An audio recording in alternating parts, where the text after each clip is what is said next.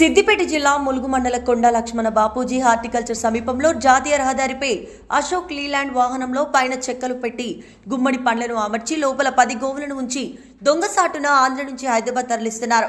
ఎలాంటి అనుమతులు లేకుండా తరలిస్తున్న వాహనాన్ని గోరక్ష బజరంగ్ దళ్ కార్యకర్తలు సుమారు 10 ఆవులను తీసుకువెళ్తున్న వాహనాన్ని ఆపి ములుగు పోలీస్ స్టేషన్ సమాచారం ఇవ్వడంతో వచ్చిన ఎస్ఐ పోలీస్ సిబ్బందికి వాహనాన్ని అందులో ఉన్న గోవులను అప్పచెప్పారు.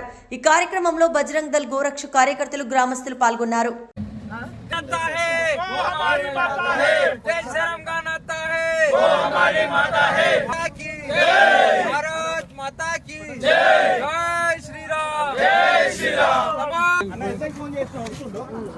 జై శ్రీరామ్.